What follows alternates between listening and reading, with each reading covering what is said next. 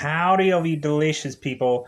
I am here today to just go out of my way to talk about Ghostbusters. So, recently, the reason for this being, the reason for approach of this is really just, I feel like today, kind of like my back is kind of up against the corner.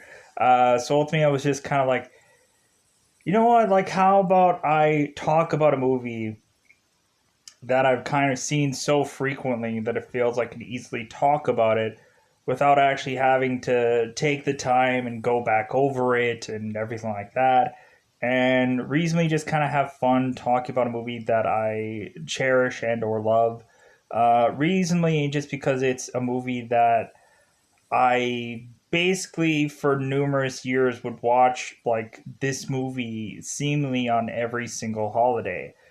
Because most of every single holiday, this movie would be somewhere on TV somewhere. It would, when normally we'd have this channel like Comedy Central every single holiday, it would just like you'd be flipping around your TV and ultimately you would see Ghostbusters somewhere every single holiday. And I was like, God, this is so absurd that ultimately this movie is ultimately every single year, seemingly somewhere on some holiday. It never made sense to me, and it was just kind of like, okay, well, like Ghostbusters, and normally they would show Ghostbusters 1 and they would show Ghostbusters 2, and Ghostbusters 2 normally has a tying with Christmas and New Year's and whatever.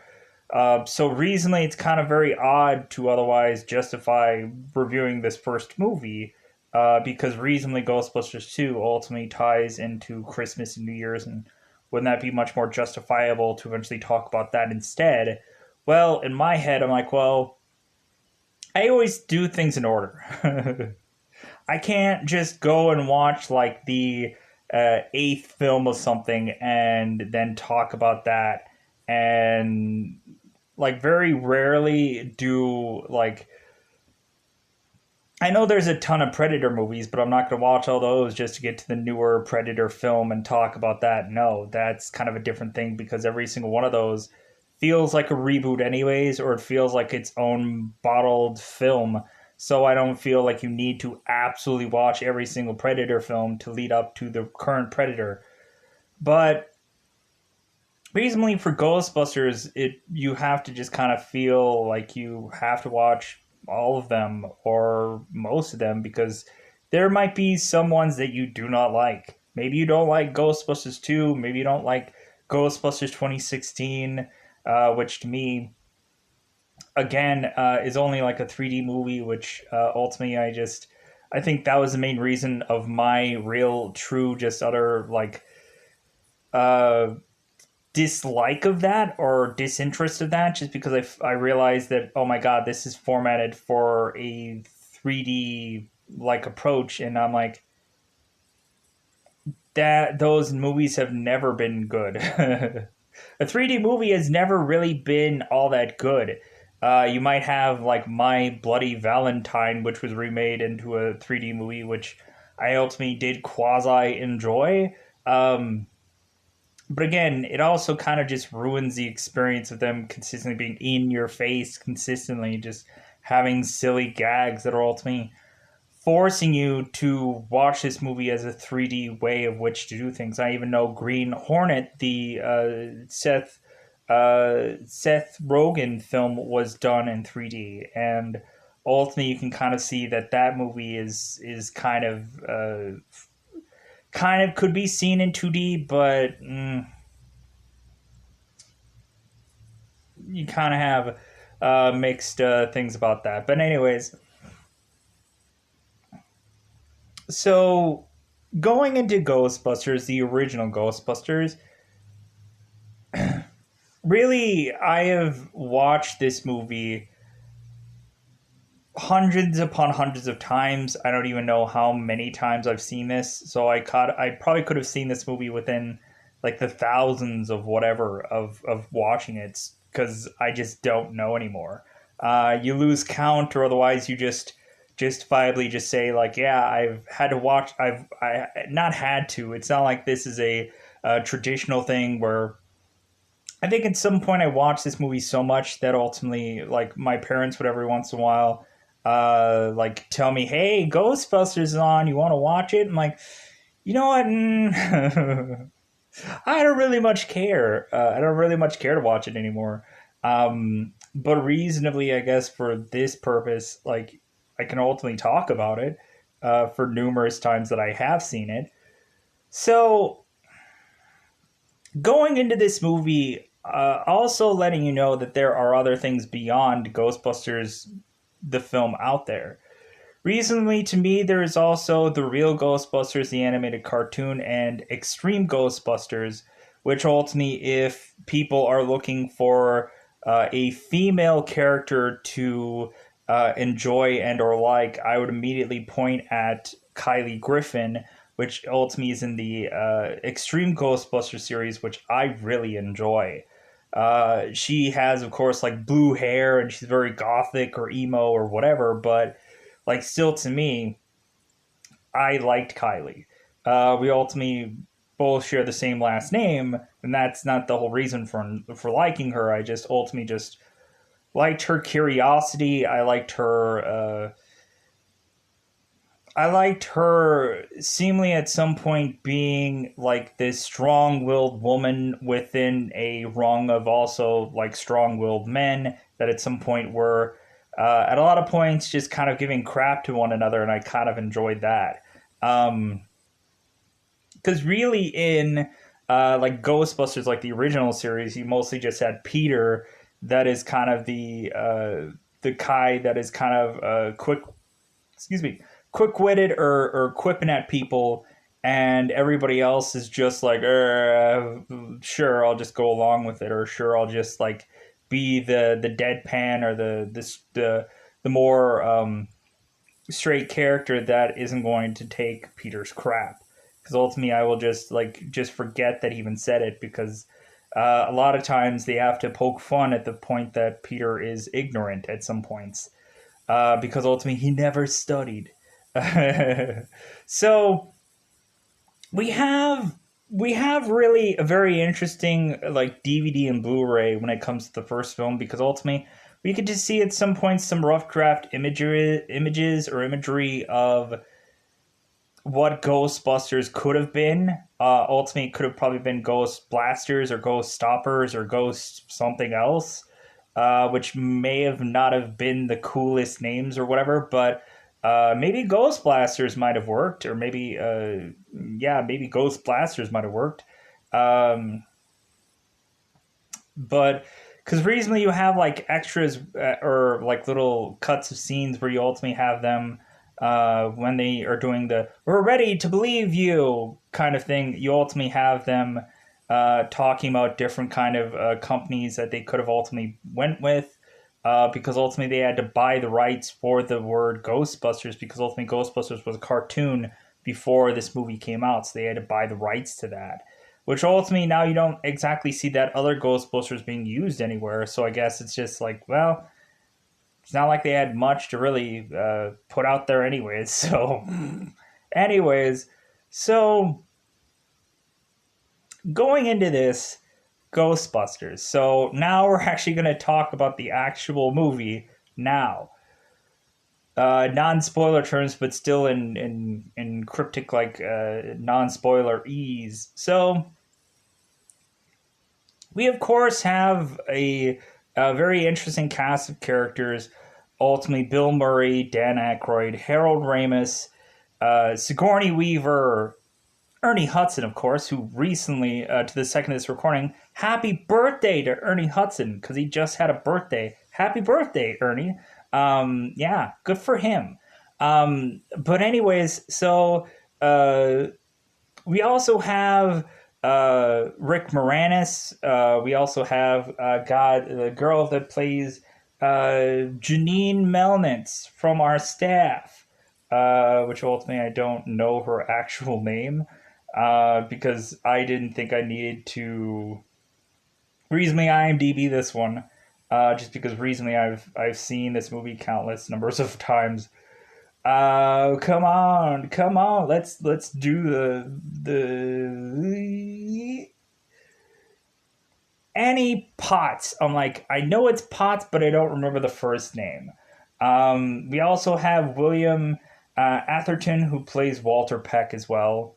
Ultimately, of course, usually you can't help but say that that man had no day, and is the usual memorable line within the movie. But anyways, so I guess I'll throw the IMDb just in case if I need it. So going into this movie, I can't help but think that when you would see the maid that ultimately comes into the Sedgwick Hotel, because I'd also played the video game of Ghostbusters kind of like a couple times over, and every once in a while I'll just kind of pop in and play the game every once in a while. Um, yeah, so there's some scenery pieces that I didn't know from the movie, and now when hearing it later on in the game, I'm like, oh yeah, so this actually had a name and stuff like that, and then you could relate it to the movie. But anyways, so yeah, we had like the maid who ultimately gets like blasted, and that actual part where she yells out like, "What the hell are you doing?" That was actually an improvised scene because she didn't realize that there was going to be an explosion happened, and it scared the living crap out of her. Which I thought that that scene was actually interesting to ultimately look back on and just be like, "Oh wow!" So that whole scene, like the maid who was the actor, didn't know there was going to be a real explosion onto her stuff. Um, so that whole line that was dropped was actually a real line, and that scene is probably more memorable to me than anything else. Um, but really, a lot of the lines that Ernie Hudson says are very memorable. But it's kind of funny enough, like the big, huge lines that, of course, people remember could ultimately probably be improvised. Like the whole scene where Bill Murray is doing the whole piano thing, improvised. We have the scene where ultimately Ernie is turning to, or Winston is turning to Ray and ultimately says, when someone asks you you're God, you say yes. That line was improvised. And I was like, wow, that's kind of cool. Like to ultimately know that probably like maybe like there's a probably good maybe when watching the video Reunited Apart, they ultimately talk about this movie and they talk about probably maybe 80% of it might have been improvised. Some lines were changed ultimately when watching the also the Blu-ray and DVD, and I think Sigourney Weaver also talked about this in Reunited Apart, where ultimately Sigourney mentions that like that ultimately when she throws a line out to Peter about being it looks like you're a game show host, it also was uh, it looks like you're a used car salesman, which ultimately she talks about because ultimately she doesn't remember the line.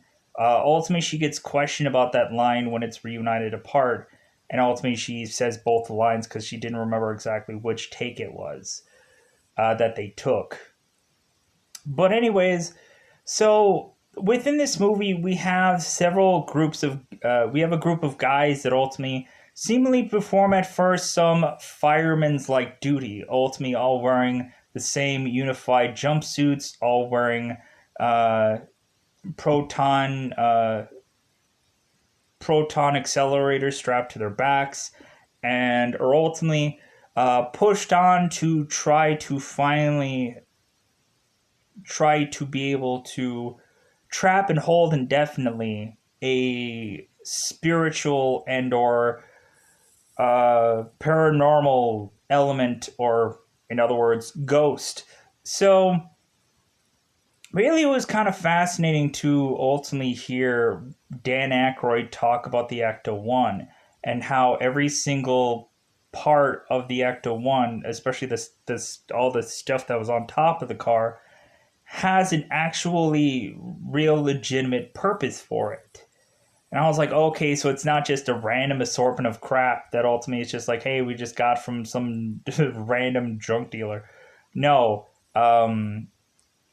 everything has a purpose. Everything is like you have Dan Aykroyd, wherein I think the Blu-ray extras is basically like mentioning every single item and how every single thing has an actual purpose, which I thought was amazing. That ultimately he like really knows all the stuff, but I think reasonably probably a boatload of times you probably have people having to go to him to ask for the Ecto One specifications, so that way they can make their car of sorts up to code.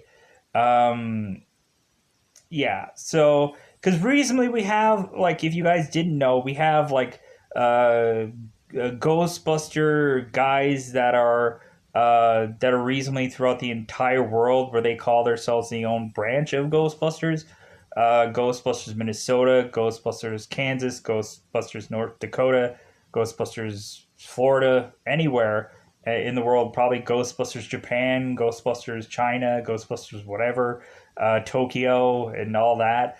Um, I'm sure there's tons and tons of branches beyond just the United States, probably everywhere in the world.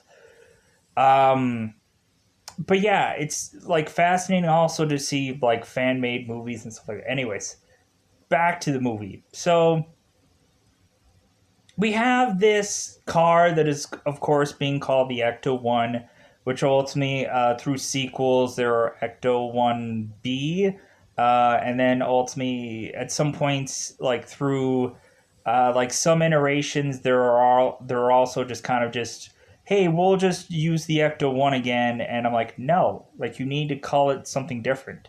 It's like the Enterprise. Like you just can't just call the other Ecto One just the Enterprise. Every time you have to readjust the car completely or whatever. You can't just call like the last thing Ecto One. It doesn't work that way. That's the thing that would kind of tick me off about some Ghostbuster stuff, was just the fact that it's like, dude, like you have the Ecto One B, now you have to adjust the name every single time. It can't just go right straight back to Ecto One again. You can't do it that way. That's what really annoys me. But I guess it's just like, nobody cares. It always comes to the new audience, and so reasonably it doesn't have to have a rename or whatever. Um, when looking at it. I guess when you have the original like Star Trek Enterprise, and like eventually they just keep the same name at some point with some of these ships and whatever. Still, I just like that little like that the car grows with time, that it has like an adjustments of names over time, and keeping it as copacetic as possible, because reasonably realizing that there are two movies that exist.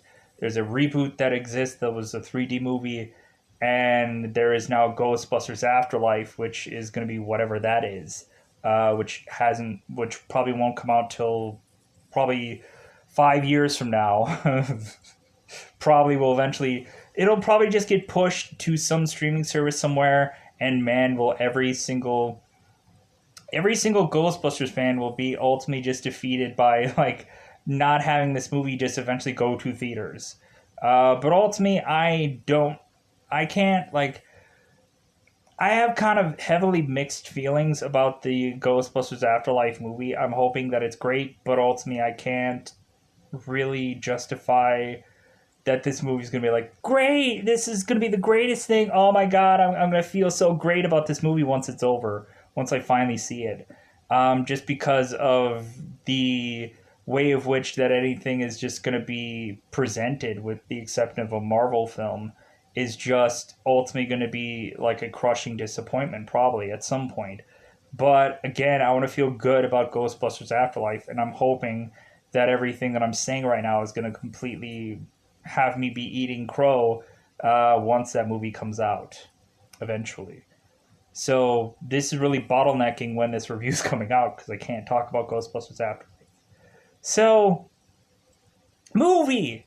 Sigourney Weaver, probably the best part about this movie. I think probably out of all the movie's performances that I've seen of Sigourney Weaver, I like her in this one the most. Just because recently, like, she's again playing this like strong-willed woman. I know a lot of people would probably love her in Aliens and stuff like that, where she's killing things and whatever. But I like her in these movies as well. It seems like she's really putting Bill in her place, or in his place, I mean. Um, or even in the second one, she's literally putting, like, technically, like, she's going to his place, but, like, she's making this place her own, of his, which I thought was really fun in the sequel. But anything, Sigourney Weaver is really fun in this film. Every single time I see her in this movie. And here's the funny thing: everybody is saying that Sigourney Weaver, when she has that scene in that chair, where ultimately she gets taken into the kitchen, supposedly people are saying that that is some like nipple slip that ends up like being shown on camera. I don't think it is. That is like the goofiest thing. I don't think that's a bra. Evidently, that's a bra. Really, if you probably pause it right, it's a bra. Really, I don't get where people are saying, "Oh no, it's a wardrobe malfunction."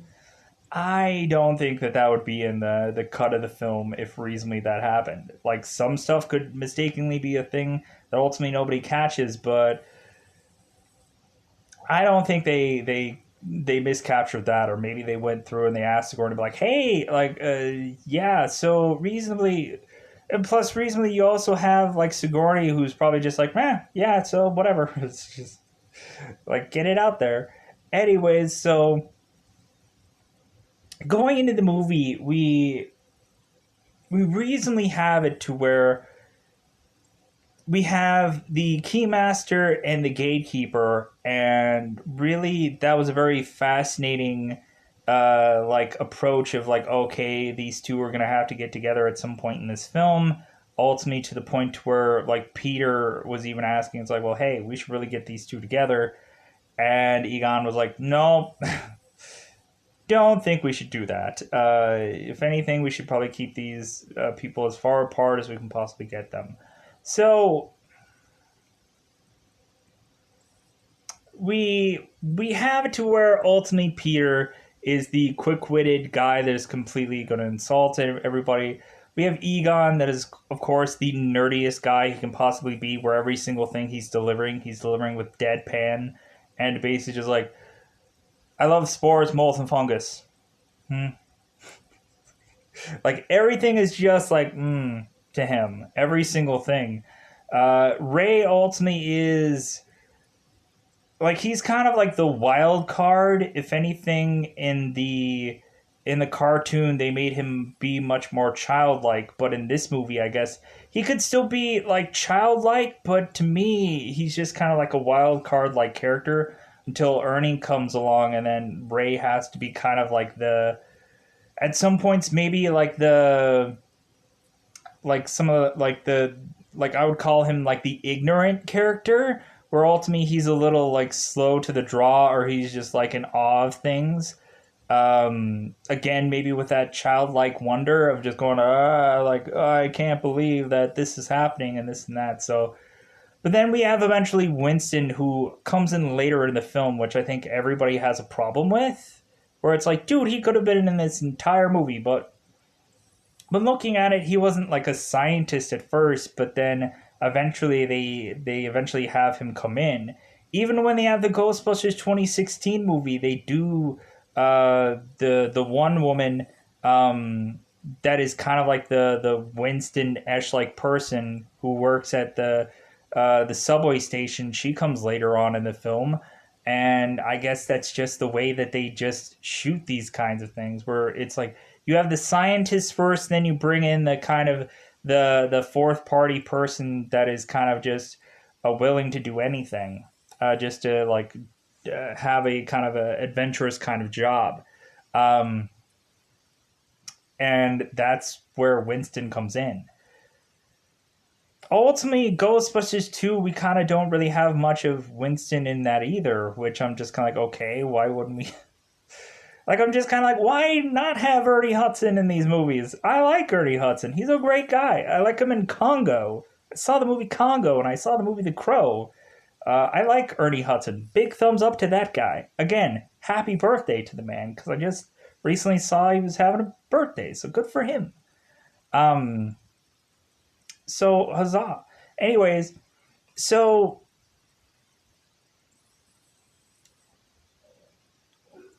going into this, we're going to go into the spoiler variation of this movie. Because ultimately, we're going to talk about some monsters, some creatures, and stuff like that to talk about this movie even more. Even more. So let's go into the spoiler time. Spoiler time. It's about the time to say we've seen this movie so much and reasonably talked about other things along with the Ghostbusters. So let's go into spoiling this movie. So reasonably, this movie opens in a library where ultimately we have an old lady who is just trying to get her books into some shelves. But reasonably, while this woman is putting books into shelves, we have seemingly some floating books going by. Because really, I guess we are having somebody else doing this woman's job for her, which is perfectly fine. So it seems that while this girl is eventually kind of just doing her job and eventually just kind of going through a section of this library, while these books are again just floating around behind her back, we ultimately just have her to seemingly see while she's kind of walking down this straightaway that it seems like there are these little note things that are on these little tiny little shelving units that are seemingly going to all like fly all out of every single one of these little drawers. And so that's ultimately what scares the crap out of this library woman, where ultimately like all these things are just flinging in the air, and she's like, oh my god, and so reasonably this woman, after this traumatic like scene, is eventually running around with a chicken with her head cut off, ultimately to be scared by the librarian monster, which ultimately is showcased on the video game in much more of an actual story. Where in this thing here, it's kind of like a little brief little opening of the movie, which ultimately the Ghostbusters, the Peter, Ray, and uh, Egon will eventually go into and see. So ultimately, we have the Ghostbusters logo telling us, hey guys, it's the Ghostbusters movie, if you guys didn't know. So we ultimately get to know really and truly like a real interesting thing about Peter right away, because right on Peter's door, uh, someone is death threatening Peter with lipstick, which is ultimately letting us know that Peter uses women and uses them a lot, especially to the point of making them seem like they are psychics at some point. So we ultimately have on Peter's door like, Peter, I will kill you, or I will get to you, or I think like, Peter, I will kill you, or whatever, is ultimately death threaded upon Peter's door in lipstick. So pushing us on to Mr. Venkman's little experiment. So reasonably within this movie, we have it to where Peter is doing negative reinforcement on channeling these a psychic ability, which means reasonably what he's doing is we have two people that are going to try to think of a playing card that is not a normal playing card. It has shapes, squares, circles, wavy lines. So Peter is trying to make these people guess what these cards are. And realistically, the entire time, there is a woman and there's a man. Ultimately, I don't believe that these people really have names. They're just called students, which is great. Uh, ultimately, I think their actual actors' names are Stephen Tash and Jennifer Runya. Um, anyways, so ultimately, they were also on Reunited Apart, so good for them. Anyways, so in the very beginning of this movie, we have it to where, of course, Peter is ultimately giving them the cards. Ultimately, the girl is ultimately saying every single one of them supposedly correct, because ultimately Peter is just saying whatever she's saying is correct. Ultimately, to the point of like, you can't see these, can you? um, like there's nothing that you like there like are you like he's supposedly skeptic, but he knows full well what exactly he's doing. And so now we have the male student, which ultimately we have it to where we have, of course, that this guy is going to get, of course, the first card incorrect. So ultimately, Peter is going to shock him into negatively reinforce him to hopefully having a psychic ability to ultimately be able to figure out what card it is. So we have it to where, of course, the girl is getting yet another card right, and so now Peter has to go back to the man.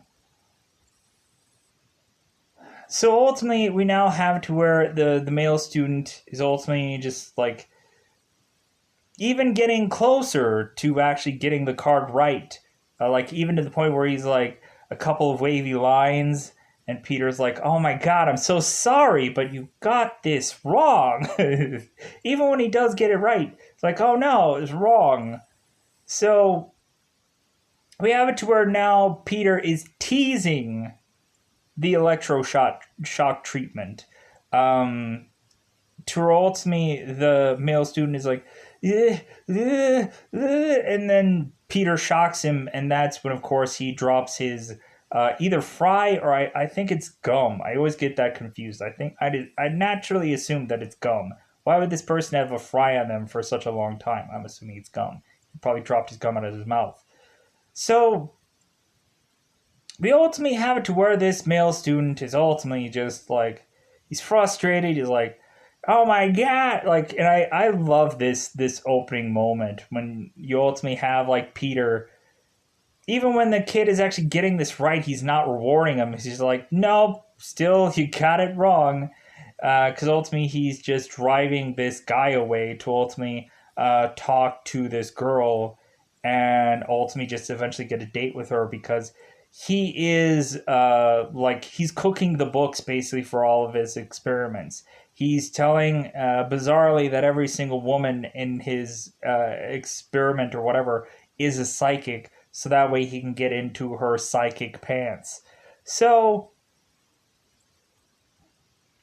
we have to where this kid is in an uproar and ultimately telling Peter it's like I wasn't expecting to get electroshocked. It's like if anything, like he ultimately like mummers and or mentions to Peter it's like I'm quit. Like I didn't expect to get electroshock. It's like if anything, uh like Peter tries to convince him, it's like, what do you think negative reinforcement is? and and ultimately Peter is telling him it's like, hey, we're paying you for this.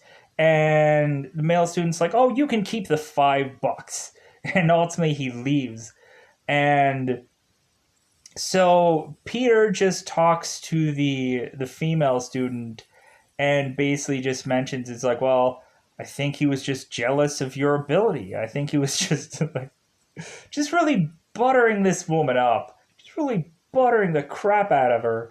And so reasonably like Peter is just like we have it to where while like talking to this girl and trying to get a date or whatever, like Ray rushes in to just try to tell Peter a story about the whole librarian incident. And and Peter's like, I'm in the middle of something, Ray. So Ray ends up getting his equipment because ultimately he needs a camera and he needs some just stuff to film and stuff like that. Ultimately from Peter, and that's of course when Peter hits him. So Ray gets the equipment, and now Peter is trying to quickly talk to this girl, knowing full well Ray knows exactly what Peter is pulling. And so, anyways, so we have to where Peter is finishing up the conversation with this girl, ultimately saying like, "Hey, how about we have dinner?" Um, and ultimately, the girl was like, "Well, yeah, how about 8 o'clock?" And Peter was like, "Yeah, I was just gonna say 8 o'clock. You really are a you really are a wonder. You really are just buttering the crap out of her to where eventually she leaves. So yeah, that's Peter eventually hits Ray, of course, and ultimately like now we have to have Ray go into the whole entire story about how how there was a spirit in this library that blew books off shelves and scared this old librarian. Funny enough, this line actually was actually not the line of what actually happened. Supposedly, this line was actually, or this part of the story actually was done out of place with what actually happened in the library. So I think Ray could have said any number of things that would have been grossly incorrect. And reasonably, I guess they probably wouldn't have fixed it anyways. And just ultimately let it be a part of the film. But yeah, evidently this scene was done way before the actual library scene. So reasonably, I guess they messed up the lines of that. But when looking at it, it's like, who cares what really is said within these lines? Where it's like the books weren't actually moving or whatever to scare this old lady. It was just um, the little notes that were flying out of these small little things, and then ultimately there goes the ghost to scare this woman. So we have it to where, and then also you could also say it's like, well, maybe there was something that happened of something that we didn't see as well. Anyways, so pushing Ray and Peter to ultimately go to the library. Uh, and so ultimately we have it to where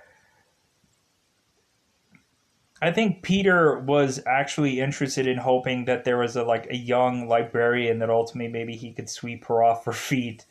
And when he notices that the librarian is much older, maybe that's when he kind of treats her the way she does.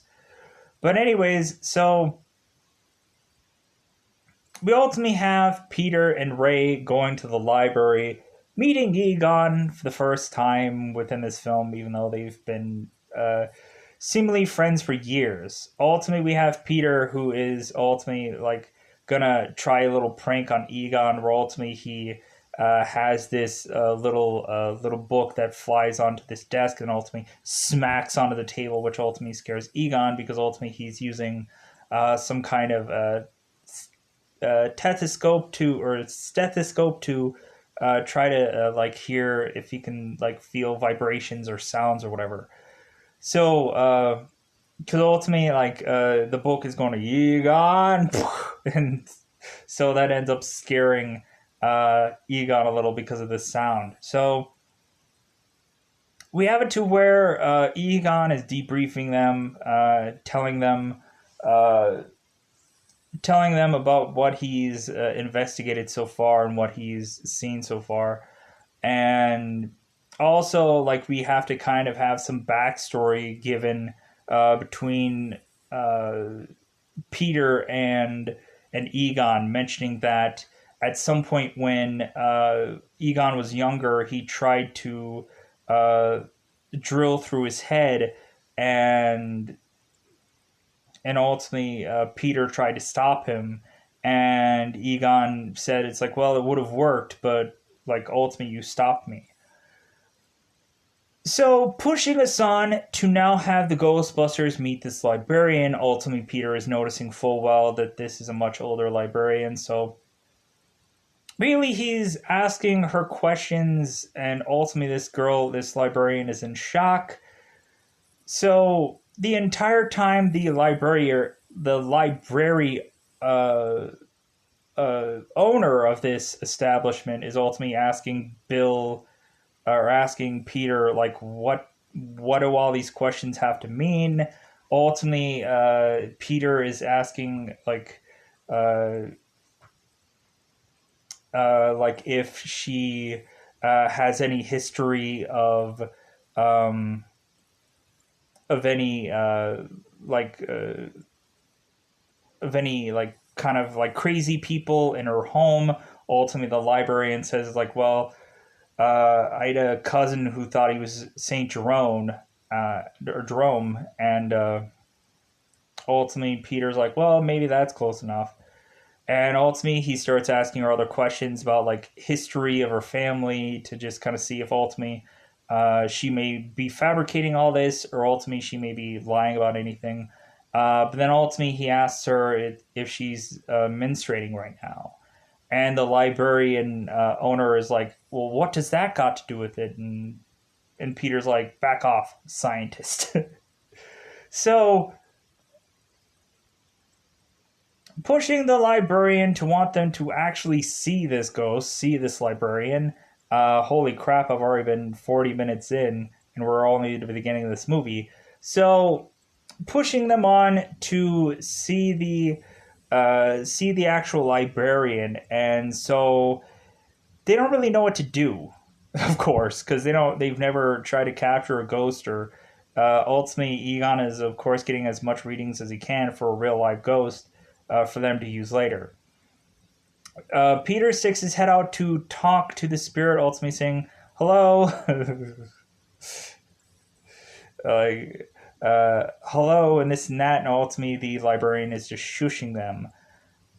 So ultimately, they don't know what to do. They're kind of huddling up, and Ray ultimately has this masterful plan. And so ultimately, Ray is just telling them to follow him. So, reasonably, like, Ray is consistently whispering them, stay close, not yet. And then ultimately, his master plan was just to get her. Was ultimately just to try and jump her, and ultimately think that they can hold on to her, which made no sense. Which this ghost in kind scares the living bejeebus out of them, to where they completely run out of the library and run out of the building, and ultimately the librarian owner is scrambling after them. It's like, did you see it? What was it? And ultimately Peter's like, well, or Ray's like, we'll get back to you. Ultimately running and scrambling all over through the steps, just going, oh my god, that scared the crap out of us, and we don't want to ever see that again. um, so reasonably what happens is eventually they end up going back into their campus, and they end up having the dean telling them that now they are being pushed off campus, ultimately to be told that they are poor scientists, and ultimately their stuff that they are coming off their experiments is really stuff that isn't really true. You have it to where Peter is like, well, what's going to happen to our funding, our grants, and everything like that? Ultimately, the dean is mentioning that all this will be suspended, and ultimately they're just on their own. So, and really, every bit of their equipment is also either getting repossessed, or ultimately being, of course, being all taken out from their establishment. So we ultimately have it to where afterwards that that the one conclusion out of this library experiment is that Peter or Egon has all the details to be able to try and hold a actual spirit indefinitely, and that ultimately the stuff that the ghost that Ray and Egon are working on are actually like can actually work to where Peter is ultimately going to give Egon a candy bar because of his success of this uh, of these the information that Egon collected. So now that they're on their own, the school isn't helping them.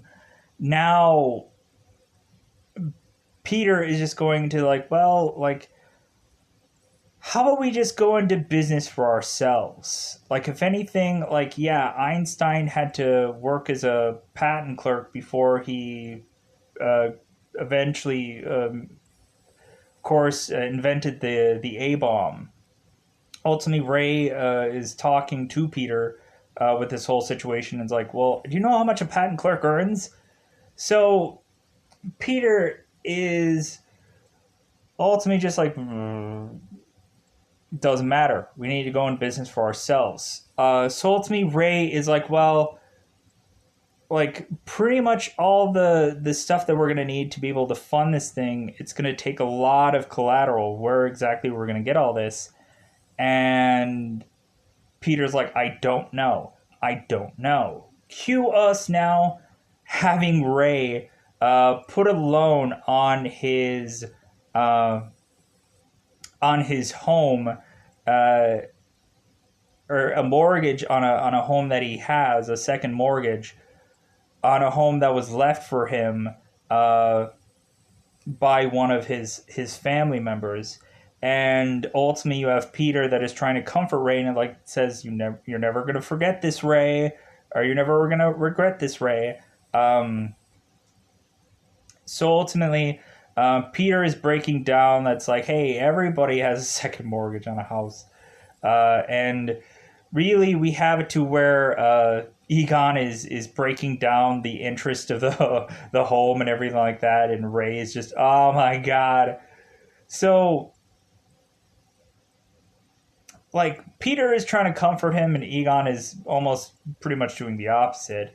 But anyways, so we have it to where the Ghostbusters need to look for a home, which ultimately is the firehouse. We have it to where ultimately it seems that Peter and Egon are kind of like talking this firehouse down, ultimately trying to get the price at a cheaper price. Ultimately, Egon is mentioning how like the neighborhood is the demilitarized zone, and the plumbing is horrible, and everything that they could possibly do to talk about this home, that like this place is a hole. And so then we eventually have it to where Ray is coming down the fire pole, ultimately saying, this place is great, we should move in, to try it out. And so reasonably every single thing that Egon and Peter had said ultimately is going to be rendered moot because Ray is excited about this place. And I'm sure even Egon and Ray are both excited about this place, but they were trying to talk the price down. And ultimately, you have the salesmen that are just like, well, hey, this person likes this place, so yeah. Um, so ultimately, Peter's like, well, we'll take it. So eventually, it pushes them to eventually write the sign upon the firehouse. Ultimately, Peter is mentioning it's like, well, like I want people to kind of see the sign. It's like, if anything, like the sign isn't exactly big enough to where anybody can just go ahead and see it. So I guess that's when eventually they put the actual Ghostbusters logo off to the side. So we have to where Ray is bringing in what is the rough draft of the Ecto 1. The Ecto 1 is black. I'm wondering if really the whole idea of the vehicle was to have it be black. Um, or maybe the whole like white thing was the way to go, because ultimately the vehicle that they picked up originally was a hearse of sorts. Originally, like, this vehicle was an old fashioned like hearse. I know there's some kind of different stories of at some point it probably being an ambulance or a hearse or something like that. But I think it always was like a very old fashioned like hearse, which ultimately they picked up. We ultimately have Ray coming in with the car, having the sirens and stuff blowing. Ultimately, Peter's like, "Hey, you can't park that here." But ultimately realizing that, of course, it's Ray. Ultimately, so we have it to where Ray is breaking down. It's like, well, this car has some issues with it. It has some brake problems. It has to get some other things done with it, and this and that. And so ultimately, Peter is breaking down like the cost, or like, well, yeah, but how much did it cost? And ultimately, Peter's like, well, I guess that's reasonable. So ultimately, let the car go in there, let the car be a thing and sorts. So now we eventually have to break down that eventually, like, these people haven't quite gotten gigs really. So they really haven't really been doing much. So reasonably, they are just kind of working out the kinks of all the stuff, and to where eventually the first real case, seemingly, that they do get is coming from Sigourney Weaver's character Dana Barrett, who ultimately sees a dog in her refrigerator.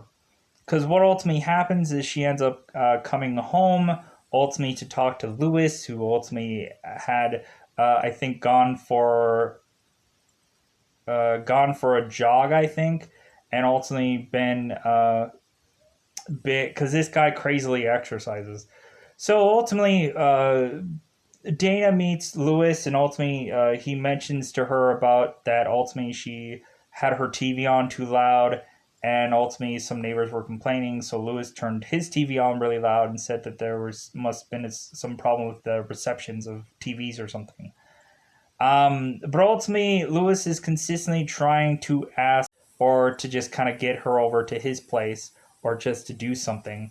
And Dana's like, "Oh no, I'm busy. I'm busy." So ultimately, Lewis is still trying to kind of get to her, but anyways, like, she closed the door on him. So evidently, she went grocery shopping. She starts putting some of the stuff that she had gotten onto her counter, and then ultimately she opens the refrigerator to ultimately have a Terra dog call her Zool.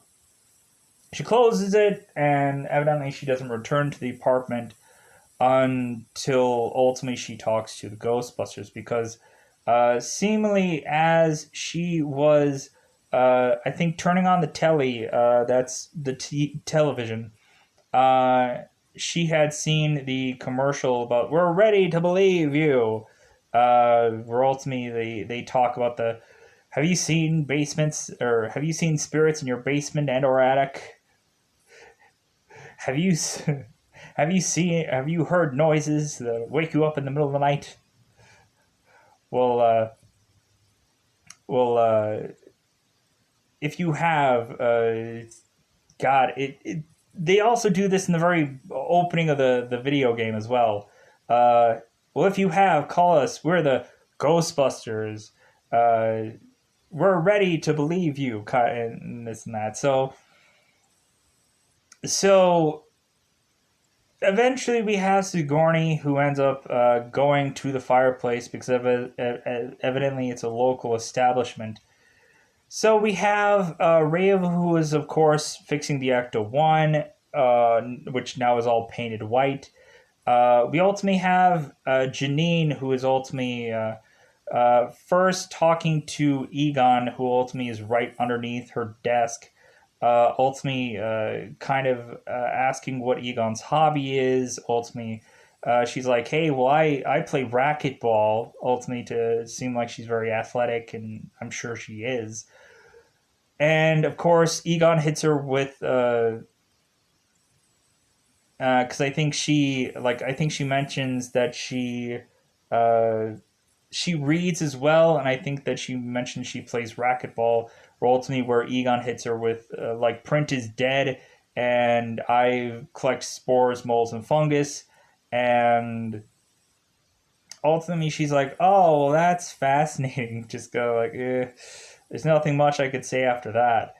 So we have Peter that is, of course, asking Janine if there's been any calls, any messages. Ultimately, Janine is saying no. It's like, well, hold my calls and don't give me the bug eyes thing. And then ultimately, Peter leaves, ultimately to apologize back to Janine, ultimately about the bug eyes thing and holding his calls. So because Peter is just kind of frustrated about like what did they pay her for if ultimately there's just been no calls. It's like, what is she gonna do? Like, you guys have been having commercials for this, but there's nothing, there's no business generating. So we have it to where Dana comes in and ultimately is mentioning like, hey, like I've been I want to put up an appointment, and so Peter comes rushing out to ultimately greet Dana and to ultimately go and seemingly have her tested, have her brain scanned.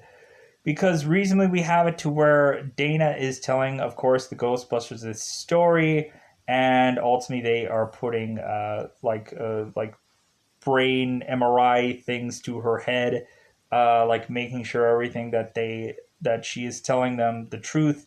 Seems like they're probably hooking her up to a lie detector just to make sure that she's telling the truth. Ultimately, she said this story over and over and over again, and she's like, "Why don't you believe me?" And ultimately, Peter is hitting her with, "Well, we have some nutballs and some crazies come off the street, and ultimately some people that just want to be heard or want fame and this and that. So we have to take this all seriously." So reasonably, like, well, Dana is like to the point of like, okay, well, like, what does any of this mean? Any of the stuff that she had mentioned, and so reasonably, that's when Ray and Egon are kind of mentioning about like, well, uh, Egon, I think, is going to the library to see what he can find, and ultimately, Ray is going to have to check Tobin's spirit guide as he's eating Cheez Its. Um, and so Egon is like, yeah, that sounds like a good thing to check out. Because Tobin's Spirit Guide, I think, is the ultimate book of like spirits and stuff like that. Normally, most of the time, for Ghostbusters, every time usually that book would be queued up as a thing to ultimately mention. So we have it to where Peter is like, well, hey, well, like if anything, if you guys are going to do that, it's like I'm going to go to Dana's apartment and check her out. I mean, I'm going to go and check out Dana's apartment as he rolls his eyes severely. So we have it to where ultimately we have Peter going to her apartment, ultimately, seemingly like slowly going through the house, but more than likely, most importantly, wanting to go into Dana's bedroom, which of course Dana says nothing happened in there. But that's of course where Peter ends up going and playing with the piano and saying they hate this. I'm here, boys. So ultimately, we have it to where Dana is desperately demanding that Peter go into the kitchen, where that is where most of the stuff happened, and so ultimately Peter begrudgingly agrees. So Peter goes in the kitchen, and ultimately Dana is mentioning like about the eggs, and so pushing her on to the refrigerator. Where ultimately Peter seems to be very hesitant about opening the refrigerator, but slowly does, and ultimately he's like, oh my god, who eats all this? Who eats all this food? Ultimately, to showcase some like bologna or some like Coke, like a can of Coke and stuff like that. Kind of like the average food that anybody would probably eat. Uh, but also probably at some points, probably some of that stuff might have been sponsors for this movie, maybe possibly, or reasonably just like stuff of that time that ultimately people would probably be eating at that time. And Dana's like, no, this wasn't here. There was a dog, and there's a voice that said Zool. So Peter is just like, okay, well, like, but the problem is, like, I can't, like, I can't see that. Like, I can't, like, none of the tests show that. And she's like, well, are you using that right? And he's like, I think so. So ultimately, we now have, of course, the closing argument that Peter does with every single woman, and basically he is, of course, trying to get into her bed or trying to get to have her be a date. And so recently, like, Peter is just like trying as much as possible to think that her and him are one and the same. Basically saying it's like, well, like when I see you, like I see me, like I see the same person. And so Dana is like, well, when I look at you, like I look at a, like you look like a game show host. So Peter is just like being realistically pushed out the door because, if anything, Peter's not really solving any of Dana's problems. And so, reasonably, he is pushing to at least get some kind of closing thing of even a kiss and like no kiss. And ultimately, she is just shoving him out the door even more. To ultimately, you have Lewis, who was closed out of his apartment consistently throughout this movie, and you just have Bill just walking out, or Peter walking out. So, pushing us on to where eventually we now have the Sedgwick, and because ultimately what happens is the guys are eating a meal, and ultimately the bill from what Dana had paid was the last of their food. Was ultimately the last of their real meal was Chinese, and ultimately Chinese food. So it's like reasonably their last meal was what Dana was going to give them, and so we have ultimately Janine, who is ultimately getting a call, ultimately mentioning that it's like, you have? Thank goodness! Oh, great! And so she ultimately is telling them, we got one, and then she hits the buzzer, cueing them to go flying down the fire poles and such, ultimately to scramble to get their equipment on. I think some characters were using the fire poles, but I think other people were just like, dude, I'm going to use the freaking steps. I'm not going to fly any down any fire poles. You can't make me do it. Um, so, anyways, you have it to where they are flying down these fire poles, getting all their gear on, and ultimately going and driving crazily to the Sedgwick Hotel. Ultimately, we have it to where they ultimately pretty much lie to this waiter looking guy, or this guy that looks like the owner of this establishment, basically saying that they've done this like 100 times already, which isn't the truth. This is their first real job.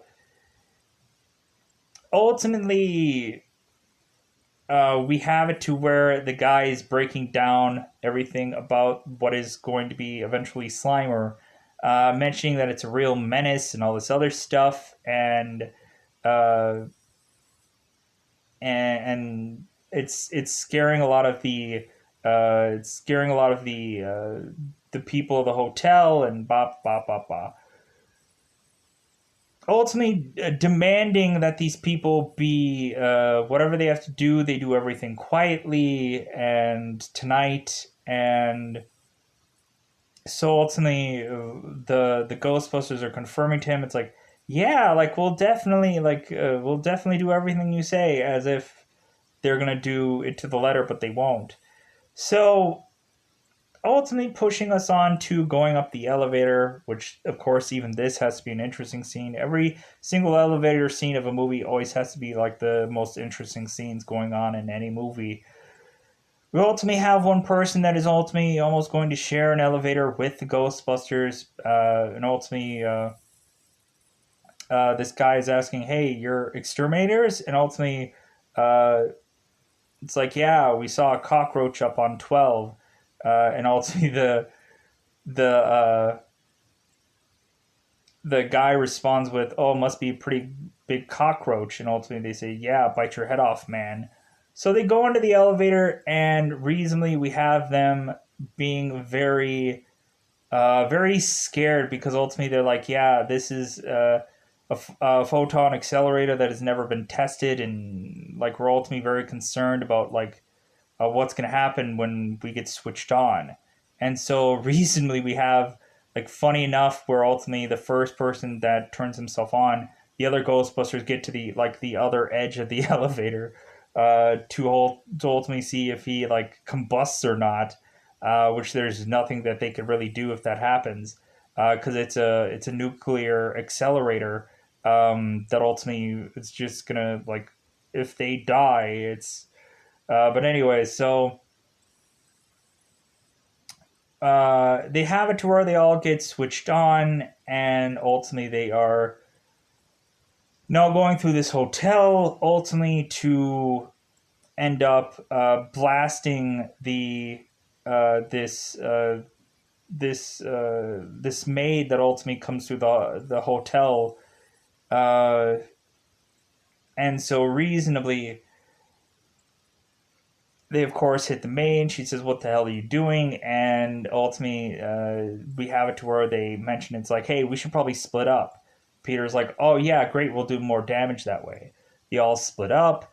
We ultimately have it to where like Egon is just kind of like with his PKE meter, just kind of like thumbing some people, like pushing them over, see if they're real spirits or see if they're real people. We ultimately have Peter, who is just kind of meanderly going through the rooms as well. And we ultimately have Ray with a cigarette in his mouth, ultimately going through the hotel as well, and eventually he stumbles upon Slimer at first. Ultimately, seeing him seemingly gobble as much stuff as he can into his gullet, drinking wine that ultimately goes through him, and so on and so forth, to the point of of Ray mentioning how like menacing that this character is, and basically that it's a real yuppie larva, and all this other stuff, uh, and this and that. So we have it to where ultimately Ray is going to switch himself on to ultimately blast the Slimer ghost, but that just ends up. And funny enough, you get the visual of Ray having his cigarette just kind of like fall off to his chin, and he's just in awe. But then eventually Ray blasts the thing, but the Slimer ends up running away.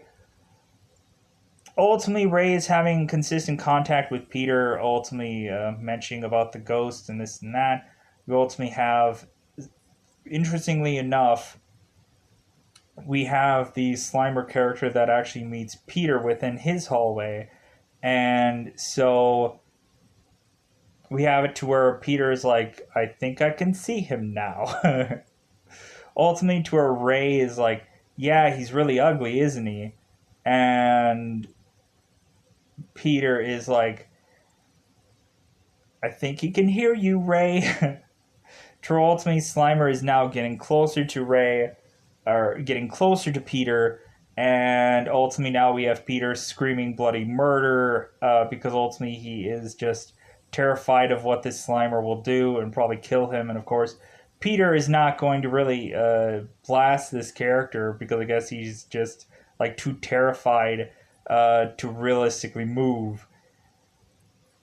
And so Ray is running after what he is to assume to be Peter, and Ray eventually finds, of course, Peter slimed. And here's the part where I forgot to mention within the library, because I completely skipped over a lot of this stuff within the library. Like the funny part where ultimately Peter has to collect the mucus from all the library little shelving things. Where ultimately he has to try to collect it, and really every single time he's getting like some of the mucus or some of the ectoplasm in his eye or in his face or even on his shoe, to where ultimately he's wiping the ectoplasm off of his shoe, and every single time it's just like consistently hitting him somewhere, hitting him in the face where he's like, God, it's like God, I can't, like, every single time I'm trying to collect this, it's just dribbling on me, and like it looks like a syrup, or it looks like some kind of weird looking um, liquid of sorts, but I'm assuming like, to me it looks more like a syrup in the very beginning of this. But now we have very much and also I completely forgot about the whole like when ultimately they're going through the library and no one stacks books like this. But again, like all of that stuff, like I'm sure people have heard of numerous times over. But I think those are kind of like iconic scenes, like no one stacks books like this. And but anyways, pushing on to the Sedgwick, and ultimately pushing on to where Peter is now slimed. Ultimately, we have Ray, who's like, "Oh my God, you got slimed," and he's like, and Peter is like, "I feel so funky." Ultimately, Ray is talking to Egon, and Egon's like, "Yeah, collect some for me." And so reasonably pushing them on to going into the ballroom. Seemingly that's where Slimer is. Ultimately, he's going around the chandelier. Ultimately, Peter is mentioning that's the one that got me. And so reasonably we have the first time ever using of the Ecto Goggles in this movie. And reasonably that's the only time that you're probably ever going to see the Ecto Goggles actually being used, or even actually being like an actual thing.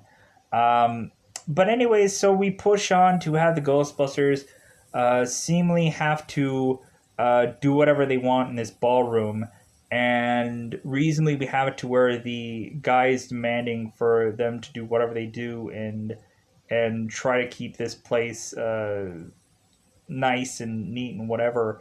And reasonably they're just like, okay, yeah, whatever, and we'll do whatever you say, sure, uh-huh. So ultimately we have it within the scene that reasonably, like, some of the people are using their blasters for the first time. We have it to where seemingly Slimer is behind a bar and Egon blasts away at this bar. And ultimately Slimer gets away, but ultimately Egon, or Peter, is mentioning to Egon, nice shooting, Tex. Ultimately, everybody is starting to blast away. Everybody is starting to get their time to where it either destroys some kind of table or destroys some bar, or it just starts destroying whatever. And so, reasonably, this ghost is pretty much nearby the chandelier, and reasonably they end up blasting the chandelier, ending up having the chandelier fall upon the ground. And so reasonably, Ray is just thinking about where to set up the trap, and so Peter is desperately wanting to take a table sheet and rip the table sheet, but keep every single item on the table still there. And ultimately, he takes the table sheet, or the sheet that's on the table, And ultimately, he's like, the candles are still lit. And it's like, wow, that's the only thing that you have to really garner upon is just like, yeah, like everything gets knocked over, but reasonably the candle is still lit. So we have it to where now they are they're setting up the trap. We ultimately have Ray setting that up, and to where now uh, Egon and Peter are going to have to, of course, blast simultaneously. But Egon is desperately stressing to them that they can't cross the streams. Crossing the streams is bad, and this and that. So we have it to where Egon is or Peter is starting first, and then I think no, Peter or Egon is starting first, and then Ray is or we have it to where Egon is starting first, and then Peter is starting second. Ultimately, we have Peter who has to shorten up his stream, or otherwise Egon will burn his face off. So we have it to where now they have a blaster that is connecting two blasters connecting to Slimer, ultimately to where they are slowing this thing down. Ultimately, they are adjusting their streams, and ultimately, Peter is telling them, "Don't look at the trap." Uh, we ultimately have it to where the trap comes on, and Peter's like, or Egon is like, "I'm looking directly into the trap, Ray." And then they close upon the trap, and ultimately the trap has to make a little bit of a noise, and ultimately it seems I think Peter is kicking the trap, and ultimately the trap has a little electricity coming off of it. But so ultimately that is a good job for them. Ultimately we have Ray who is holding the trap out there, mentioning it's like he was a level 5 free roaming vapor, and ultimately he's a real nasty one too. Ultimately, now the owner of the restaurant is asking for, well, or owner of the hotel is asking, well, like how much is the bill? And so ultimately we have it to where Peter is honestly asking Egon what the bill will ultimately be. Because really, you have Peter consistently looking at Egon, and he's ultimately doing this, or he's ultimately going like this, and to say what the price is, or to say what the prices are. So we ultimately have Peter mentioning it's like, well, the containment and storage of the beast, and also like sales and stuff like that. Uh, it's going to go from $1,000 to all the way to $5,000, and of course the hotel person's like, $5,000. If I didn't know it was going to be that much, I wouldn't pay it, uh, or whatever. Like I didn't think it was going to be that much. I won't pay it. And so ultimately Ray's like, well, we're just going to put it right back, and ultimately he's like, no, no, no, no, no. It's like, I'll pay. So that ultimately concludes their first job. Ultimately, right after that, it seems like everything starts to get really busy. There seems to be a consistent montage. There's a montage about their not only their first job, but then eventually as an entire montage about all of these other jobs that they supposedly did. But really, every single one of these jobs are all them running out of somewhere. Ultimately, to be holding either some trap that was supposedly used to catch something or whatever. We ultimately have any number of people all going on to talking about spook spectrum locomotives and stuff like that. Ultimately, having old wise tales about their grandma used to be talking about something. We ultimately have Larry King Live, who is ultimately talking about the Ghostbusters, and and really we have some people that are skeptics and really mentioning it's like, well, we wonder if these men are the cause of all this paranormal business all of a sudden. We ultimately have some people that are even having these Ghostbusters being on talk shows and ultimately asking, it's like, well, how is Elvis? And have you seen them lately? Or have you seen him lately? And this and that, kind of joking, but knowing full well probably how much Dan Aykroyd is probably a fan of Elvis and this and that. Anyways, so pushing on to reasonably have it to be that what was up with these dogs, what was up with these terror dogs, because reasonably Dana is listening to the radio and like listening to the guys who ended up doing something for some women and then ended up taking them out for dates later on, and she smiled about that. So reasonably, we have it to where we get back to the whole reason why we are here is because of Dana Barrett's character. Pushing it to where Peter eventually is giving Dana's character notes on what he had found. Ultimately, some Sumerian and Babylonian like stuff. Really nothing really that Dana could actually translate. Ultimately, when coming out of her concert, ultimately with her other co-worker that had played some kind of musician or had been some musician of sorts. Ultimately, he's getting cold. He looks a little pale. So we have it to where they're coming out of the concert, and Peter is greeting them ultimately to tell her what he knows. Ultimately, mentioning that he had went in there and heard her, and she's the best one in her row.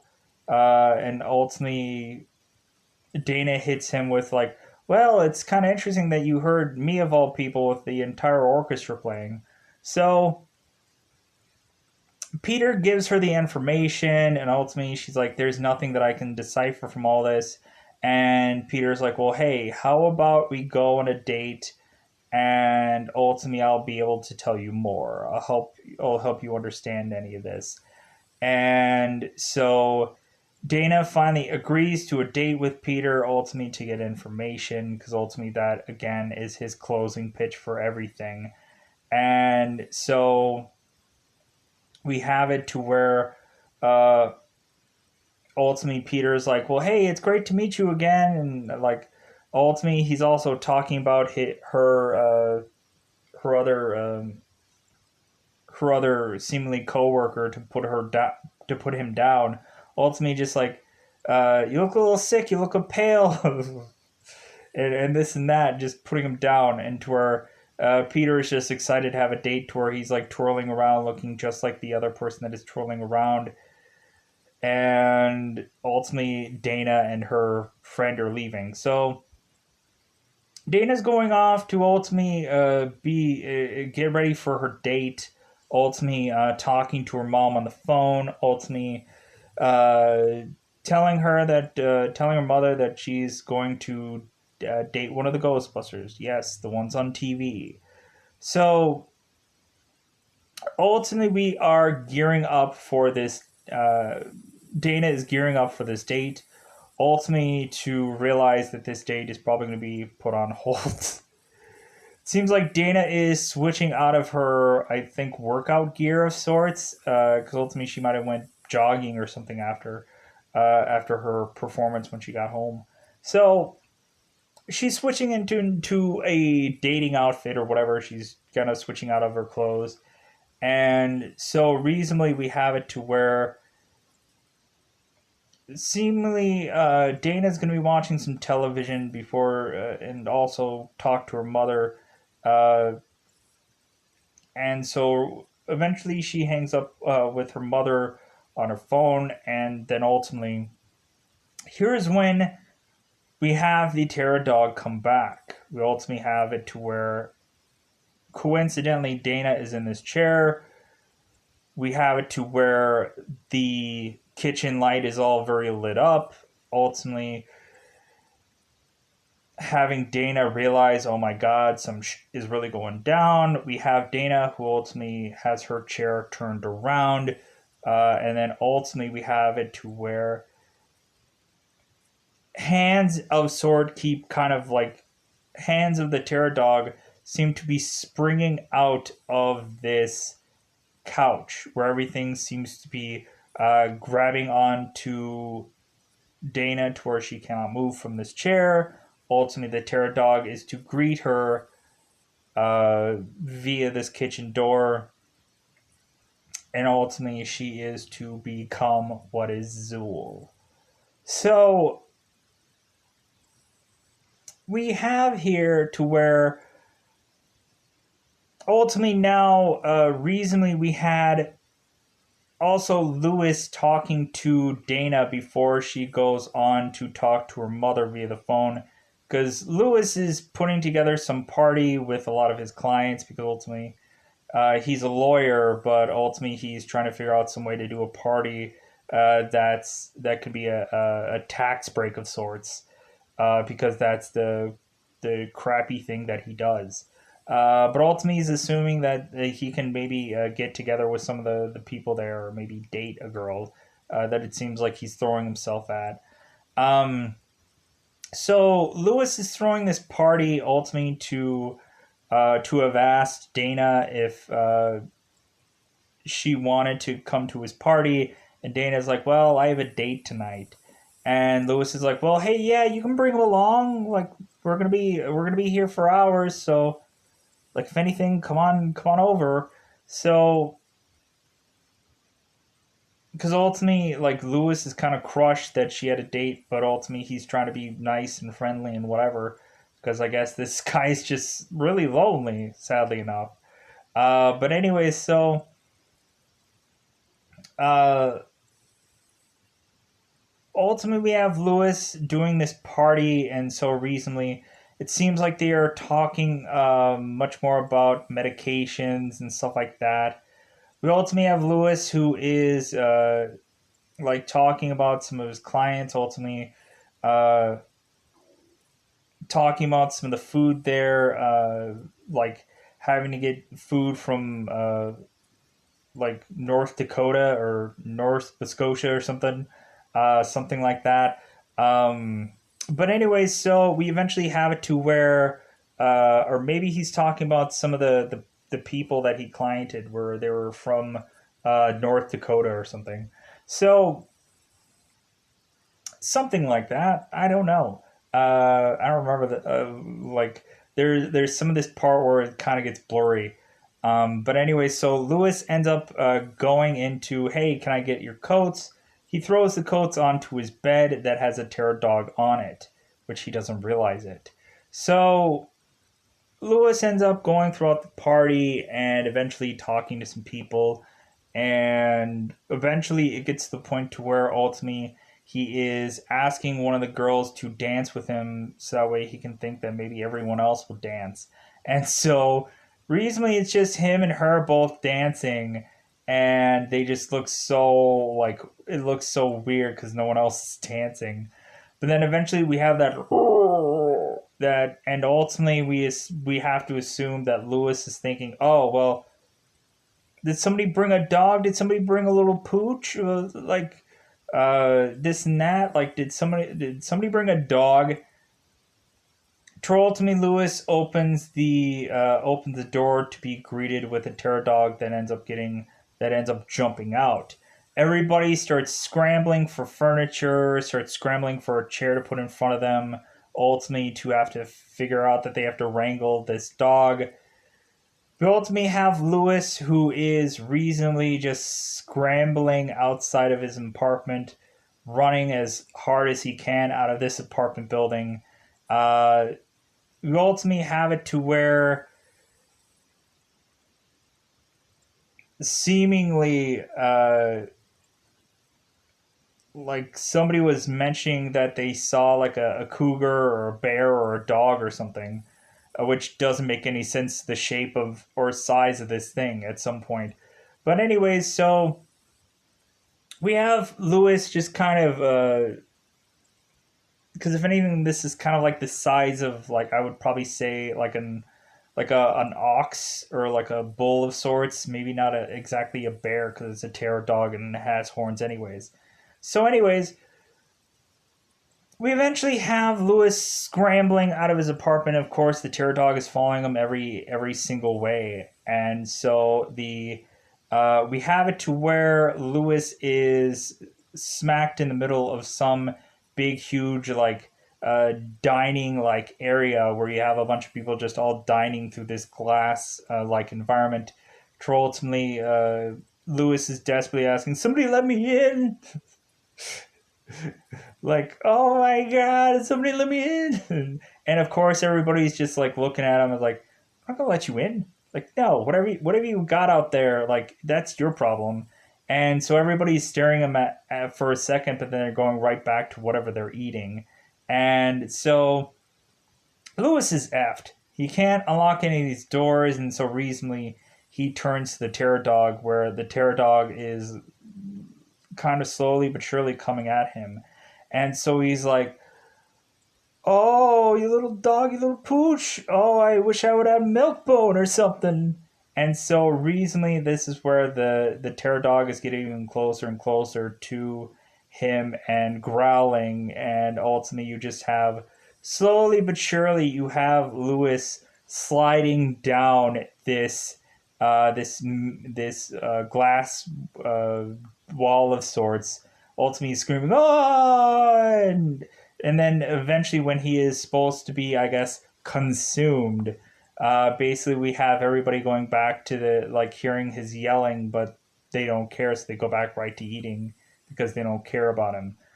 So reasonably, we have Peter who goes out of his way to try to retrieve his date, ultimately to get some police reports, and ultimately Peter's asking what's going on. Ultimately, for them to tell him about some animal or something that doesn't quite make sense, because ultimately maybe this was shot out of scene and they didn't know what exactly the size of the terror dog was going to be, because maybe they were going to edit this part later on or whatever. Anyways, so we have it to where Peter makes his way up um, to Dana's apartment, which I think her apartment room is maybe, I think it's like 505 or 506 or something. Um, I don't know. I don't remember much of the number, but I think it's like 505 or 506. Anyways, we ultimately have it to where Dana is opening the door and mentioning like, "Well, are you the keymaster?" And ultimately Peter says no. We ultimately have it to where Dana just closes the door on him, and he's like, "What the? Like, what is going on?" So ultimately, he knocks on the door again, and ultimately, Dana asks the same question, and ultimately says, "Yeah, we're old buddies, we're old pals, we're old friends."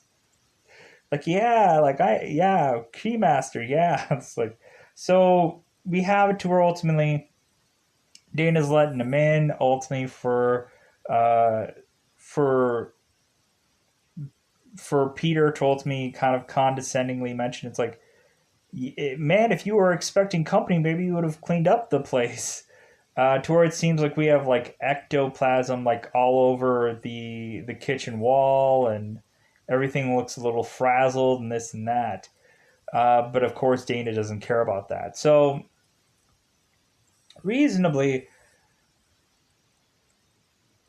we have it to where Dana right away is seemingly having some uh, like romantic relationship with Peter, ultimately like kissing on him, and ultimately like throwing herself on him, ultimately saying that she wants him inside her, and ultimately he's like, "Well,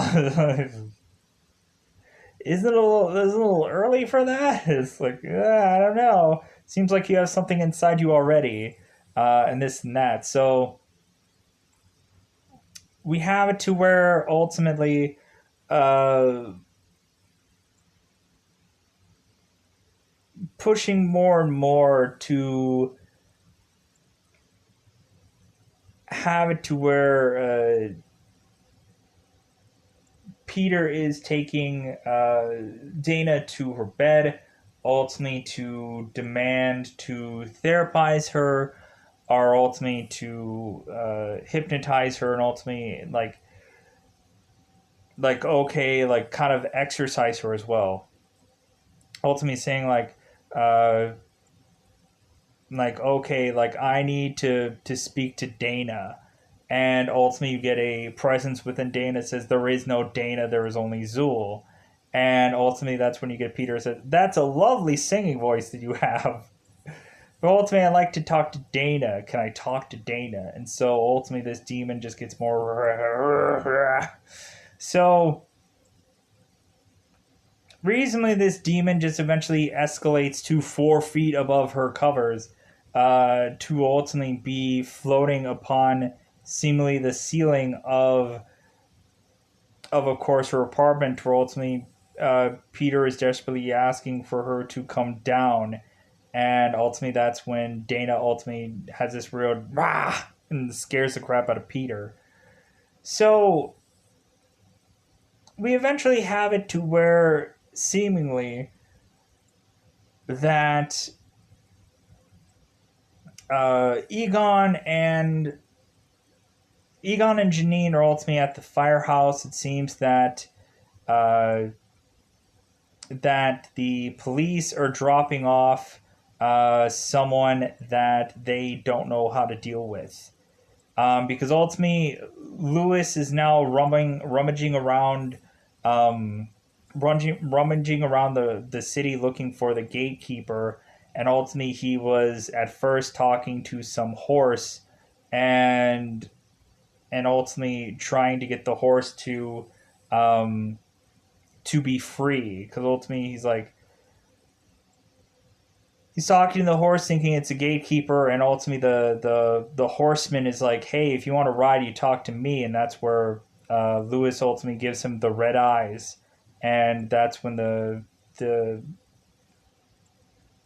the horseman guy kind of freaks out, to where Lewis is just kind of just running around wildly saying like all prisoners will be released, and this and that and so on and so forth, to where Lewis is just running around and eventually, I guess, getting caught by the police, and ultimately they don't know what to do with it, so they just drop it off onto the firehouse, because ultimately Janine goes out there and ultimately is like picking up or dropping off, and ultimately they say dropping off. Like, this guy is loony and they don't know what to do with him, so ultimately they're just going to give it to them.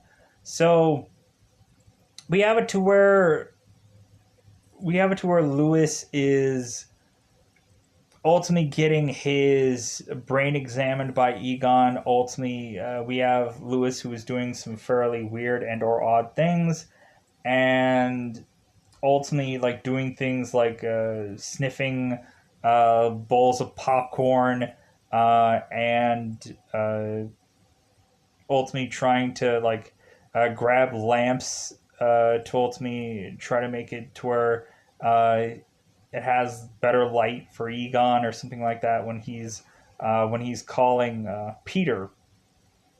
So Lewis is talking about ultimately the stuff that had come through before, that ultimately at some point that these people are going to have to choose the form of their destructor, and then ultimately things that had come from the past was a giant slore, and ultimately that scared the pants off of people that day, that he could tell you. and reasonably, like, he goes on and on about all these previous time periods that had stuff. And so reasonably, when Egon is scanning Lewis's head, it comes up as the terror dog on the TV screen. So it's ultimately saying like, yeah, this guy there's something up with this guy. So we have it to where Peter is calling Egon to ultimately say, hey, yeah, like, I have Dana here, and like I took she's asleep right now. I've ultimately put a lot of Drawsine in her, and ultimately she's gonna take a nap for a long time. So ultimately she's mentioning that she's the keymaster, and she wants to find the gatekeeper. And And that's when Egon says, "Is like, well, hey, like I got the gatekeeper with me, or I got the, or no wait, um, Dana is looking for the keymaster, so she's the gatekeeper. Lewis is the keymaster, and that's what Egon says. It's like, yeah, I have the keymaster with me now." And Peter is like, oh yeah, well we have to get these two together, and ultimately, Egon is saying no, that would be a very bad thing to do.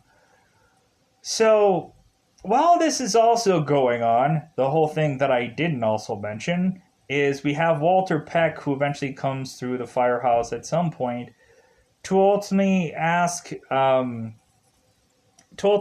Peter to eventually uh, get to see his equipment, get to be able to see all the stuff that he does, get to eventually see the containment unit and all the equipment that they're doing, because this is, of course, the Health and Protection Act, ultimately, in like Homeland Security and stuff like that are coming into this firehouse. This firehouse told me see like what they're doing here, because they don't want them to be building some kind of bomb of sorts in this home, and so reasonably they have to investigate this stuff.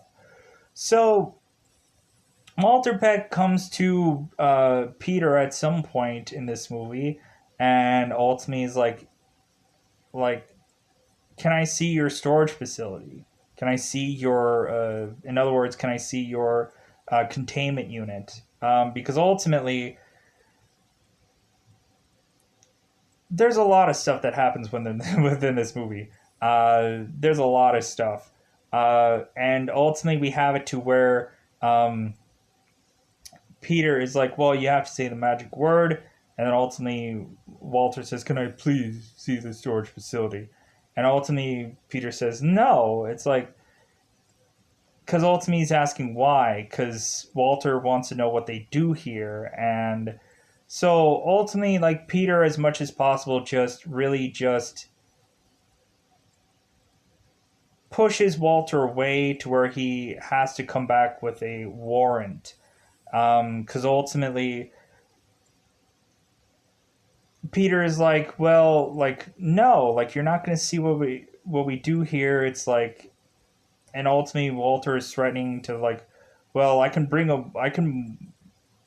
warrant to ultimately see what you do here. It's like, we can play like we can I can play your game, and so where ultimately Peter is like, well, I'll sue you for wrongful prosecution and all this other stuff. So pushing him out, and eventually pushing Winston to come on in. To ultimately, we have to have Janine ramble off all this stuff that Winston is going to have to be like, do you believe in the do you believe in the Loch Ness monster, and like do you believe in the God, do you believe in the Loch Ness monster, do you believe in the all this stuff, and do you believe in blah blah blah blah, that Janine's all spouting out about all this random nonsense. um and to where Winston just replies is like, hey, if there's a decent check in it, I'll believe in anything you say. To where ultimately, like, easily Winston is ushered into this, and ultimately, uh, Peter and Ray are have come from three repeaters, and so ultimately, Winston is pushing, uh, or Ray is pushing Winston to ultimately understand the containment unit, to be able to put a ghost in there, ultimately to, I think, have Slimer in the containment unit, and to ultimately show exactly how the system goes within putting a ghost trap into a containment unit. Ultimately, to say when the light is green, the trap's clean. Ultimately, we have it to where Egon is breaking down the containment unit, and basically mentioning on how the size of the containment unit is like a Twinkie, and eventually we have Peter who comes back from talking to Walter Peck, and ultimately is like mentioning like, well, how's the containment unit holding? And Winston says not good, and he's like, tell him about the Twinkie. So really, we have it to where that's when we have the first like statue. So we see the statues start to crumble, and so reasonably, that was a early portion of the movie, and now we are up to the point now where ultimately we're going to be talking about the firehouse eventually going into having to ultimately be shut off, which is kind of the dumb move on Walter, but ultimately he doesn't know any better because ultimately he's just assuming just to shut everything off and everything will be oakley dokley, right? So reasonably we have in here where ultimately I would assume Walter Peck had already talked about the magic word and ultimately getting a warrant and stuff like that. I hope I covered all that because I don't want to go back over it because ultimately lesser things to have to re-go back over. But anyways, so warrant is to be had, and ultimately Walter is making his way to now being being a person to ultimately now go into wanting to see the containment unit, to ultimately see all of what they do there. And so ultimately we have to where Egon is forcibly having taking them down to where the containment unit is. We have some fire marshals, some police officers, and a construction worker. And so ultimately, Egon is trying to explain what all the equipment is, and ultimately, Walter is just wanting it all to be just shut off. Ultimately, telling anybody to shut off the equipment. We have some construction worker that otherwise decides to think that he can shut things off. We ultimately have Peter who comes down there a little bit late. We have Ray and Winston, who ultimately I don't know if I mentioned where they are off to. Ultimately, they are off driving through a bridge, ultimately talking about very religious stuff. So they are not actually here at this moment to otherwise prevent anything. Really, they have a very Bible-ish like moment. Ray and Winston talking about the dead had rise from the grave and Judgment Day and all this other stuff, kind of leading to them driving through the bridge. I don't want to go through all that scene because ultimately it's going to take too long.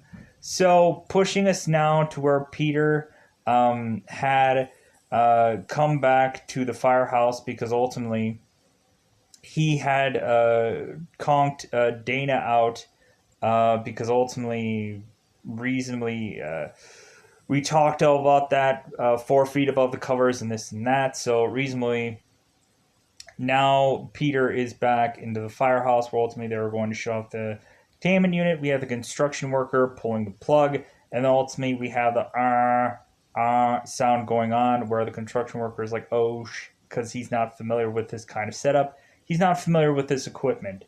So ultimately, Egon is signaling to Peter that there's going to be a big explosion, and before that whole thing goes off, because there's nothing Egon can say to otherwise change Walter Peck's mind. So justifiably, sirens go off, and ultimately people are starting to run because it seems that the ground is shaking upon this building, and so reasonably lights are going off, and so on and so forth.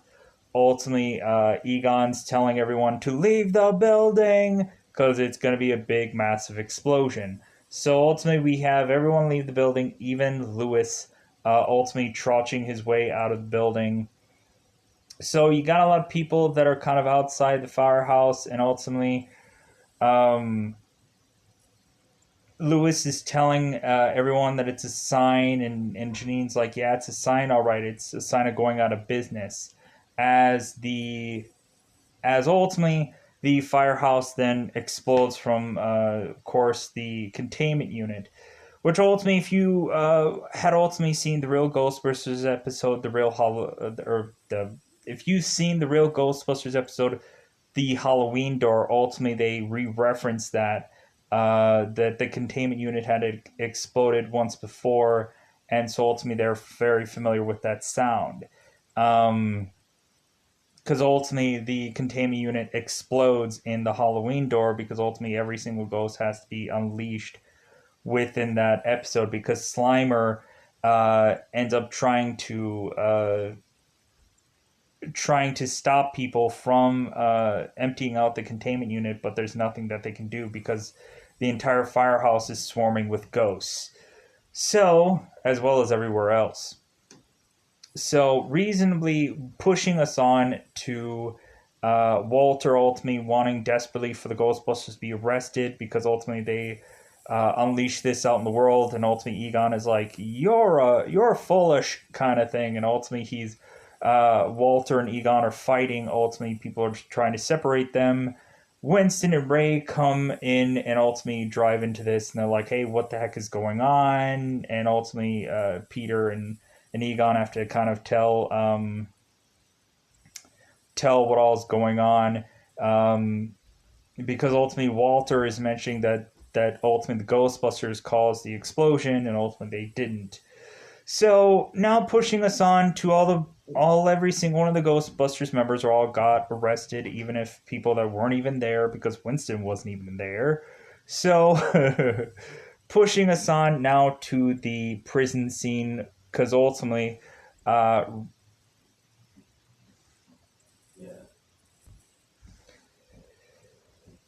so all the Ghostbusters are all arrested. They're all in the jail cell, and so ultimately we have it to where we have Ray, who ultimately uh, is busting out the blueprints of the building, which that's what we are naturally to assume that they had left to ultimately try to find these blueprints of this of uh, of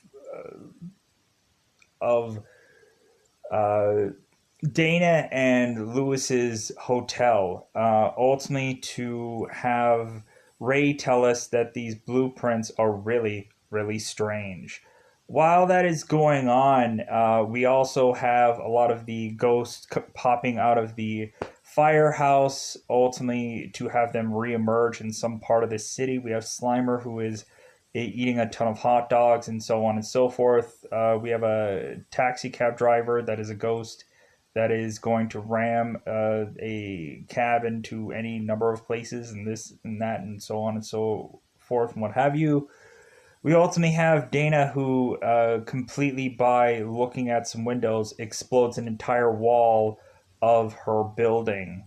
And so we also have it to where it seems that the Keymaster is going to make his way to the gatekeeper, kiss her, and ultimately that's when we get that amazing lock clipping like moment of these two finally cementing their relationship of sorts. So again, back to the prison, where ultimately Ray is getting his blueprints and ultimately kind of breaking down the architect was a was Vince Clortho, Keymaster of Gozer or something like that. And so that ultimately, like, he was going of an occult and everything like that, and Evo Shandors and all these other things and all this other stuff that I think kind of breaks down much more in the video game than anything else. So reasonably, we have it to where within this that ultimately we also have it to where Ray is putting Peter down for never studying, and this and that. So Peter is kind of condescendingly going like, "Hey, like I have a girlfriend that sleeps above her covers, 4 feet above her covers.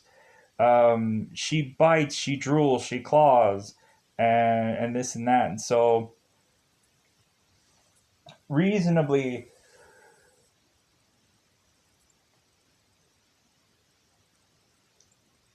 like basically they're like Peter's getting to the point of like God, everything is just going all crazy and all nuts and all whatever, to the point where we have to cue also the mayor getting reports about ghosts going downtown and how there's blood upon walls and stuff like that coming all down. There's all kinds of craziness, and there's nothing that could be explained simply by throwing firemen or throwing policemen or throwing anything into any of this, because there's no way to take any of this down by having a normal fireman or policeman or whatever.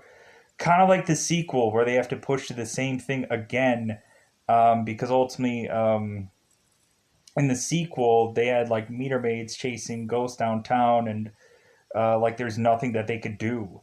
So ultimately, the Ghostbusters needed to do something. So we ultimately have the mayor who is calling up the Ghostbusters, and ultimately, so we have the guy from Family Matters, and Die Hard, ultimately releasing guys from prison. And so ultimately, Peter is saying, "So be good, for goodness sake! Whoa, somebody's coming! So somebody's coming to town." So reasonably, we have it to where, funny enough, I think the Boogaloo song sounds like something similar to that song. He's back in town. Boogaloo, Boogaloo is back in town. Anyways, referring to the Halloween door. Pushing forward now. The Ghostbusters are talking to the mayor, and Walter Peck is in there, and he's like, "You can't trust these men." And ultimately, the entire time, if Winston isn't convincing the mayor that I've seen that'll turn you white, we ultimately have all the other Ghostbusters that are trying to ultimately tell him, like, if like Lenny, man, like if like if we can't stop this thing, like then we'll go peacefully, quietly, we'll enjoy it, but if we can, like, you'll have saved millions of registered voters, as well as basically Peter and Ray, and talking as basically Walter Peck is dickless, and ultimately it's like, yes, that is correct. This man has no dick. It's like that whole thing, that whole shtick was hilarious. But anyways, so they're demanding that, like, of course the mayor, it's like if you let this happen, it's like the worst is to come. Rivers and seas are boiling, and volcanoes, and this and that, and all kinds of just dogs and cats living together, mass hysteria, and all this jargon to ultimately get this mayor to guarantee. We ultimately have a priest or a rabbi, or no, like a priest of high reveal, ultimately come in. I think it was like a cardinal of sorts, and he was like, "Lenny, like like I've seen some things, but ultimately just like let them do it. Let them try." So basically, or he calls him Leonard. I think he calls him Leonard. But anyways, you have the cardinal come in there to give him the blessing on the Ghostbusters. So the Ghostbusters ultimately go out, even though Walter Peck demands them not to. But that's when you have it to where the mayor is asking for Walter Peck to be arrested, and they're like, "Yes, I'm gonna miss him." So reasonably, they go on about their ways, and ultimately, we have like in a whole entire line of, or like a parade going, to have the Ghostbusters like usher the way for them to get to where they need to. And ultimately Peter's like, "Come on, let's pass some red lights or whatever." So they go on their way, all of a sudden to be met by a whole entire people that all is screaming their name, "Ghostbusters, Ghostbusters, woo!" They have all their shirts and everything like that. Evidently, bizarrely, everyone made like 100 shirts for all these people to wear that day, for reasons I don't understand. Because anyways, like I'm wondering, like, did anybody know about this movie even being made? And man, if anybody kept any of those shirts, like I hope they did, because man, would that make a ton of money if they all kept those shirts. So reasonably, we have it to where the Ghostbusters are getting out of Ecto One. If anything, reasonably, you have it to where Peter is like looking at all the women and children and whoever who all have Ghostbuster shirts on, and like, yeah, I like that shirt. Yeah, that's great. Ooh, yeah, like, and everybody's like really excited. And I think Ray's a little bit nervous and this and that and whatever have you. They're getting their proton packs on. They're ultimately going into getting all their hands in and ultimately saying, "Yeah, let's do it, yeah!" And they're doing the hands together. But eventually, as they look up at the building, ultimately there's some lightning going on at the building, and that ultimately just starts like an earthquake of sorts that is going throughout the entire place. Ultimately, having it to where it seems that right where the Ghostbusters are standing, it kind of like buckles and has them fall out to where they're like, "Oh my god!" Like people are like screaming, like, "Oh my god, are they okay?" And this and that. And to where ultimately they get out, and everybody's like, "They're okay!" And everybody's excited, and like the Ghostbusters are like, "Oh my god, this is gonna be a rough one." So they end up going into the building. Of course, the elevator doesn't work, so they have to go through a bajillion stairs. I think it's like 134 floors. Ultimately, we have it to where they keep going up these flight of stairs, and uh, ultimately Peter asks like, "Hey, are we there yet?" And it's like, "Nope, not yet." It's like, "Well, let me know when we are, because I'm gonna puke." So they make it all the way up there, and they're like, "Yeah, we're here, thank God." So we have it to where they get all the way to Dana's room, ultimately to see a staircase that wasn't there before. And so, reasonably, since Peter was there before, ultimately Ray asks, like, "Hey, where do these stairs go?" And Peter's like, "Well, they go up." So ultimately, it seemed like Peter was going to go up the stairs first, but then ultimately he heard a noise, and so he pushes every other one of the Ghostbusters to go up the stairs first before him.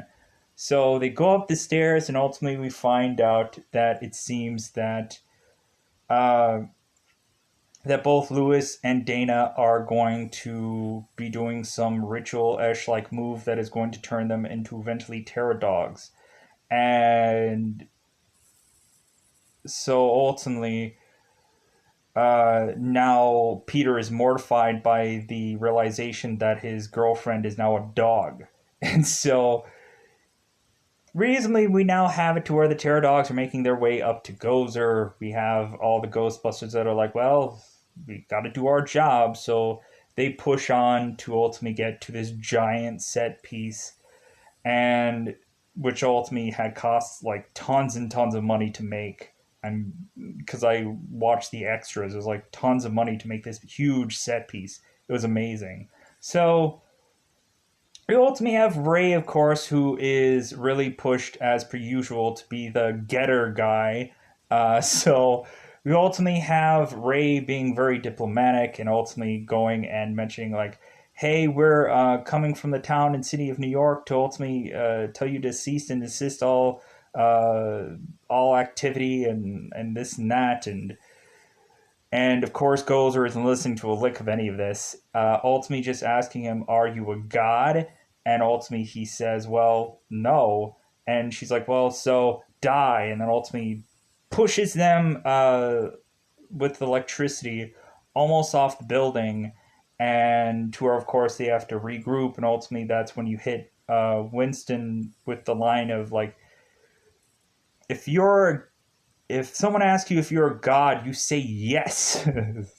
So that pushes them on to now going back into there to ultimately like this prehistoric bit knows uh, or this prehistoric bit is gonna god something about downtown. Something about downtown. I can't remember the line right now. This prehistoric bitch doesn't know how we do things downtown. And so now here's where we have the Ghostbusters say, "Aim 'em high, ready," and then ultimately they are going to blast, of course, Gozer. They blast Gozer. Gozer just jumps over them, ultimately to hit what was the bed of which that Dana and Lewis had seemingly slept on, this statuesque like bed, which ultimately was there right before they became dogs, of course. So ultimately, they have it to where they try yet again, and ultimately Gozer fades away. They assume that they naturally neutralized it, and so they're like, "Yeah, it's Miller time," because ultimately they think that they've won, and ultimately Gozer is actually still within this building now, ultimately telling them what is next for them. Ultimately, for them to choose the form of their structure. Ultimately, we have it to where um,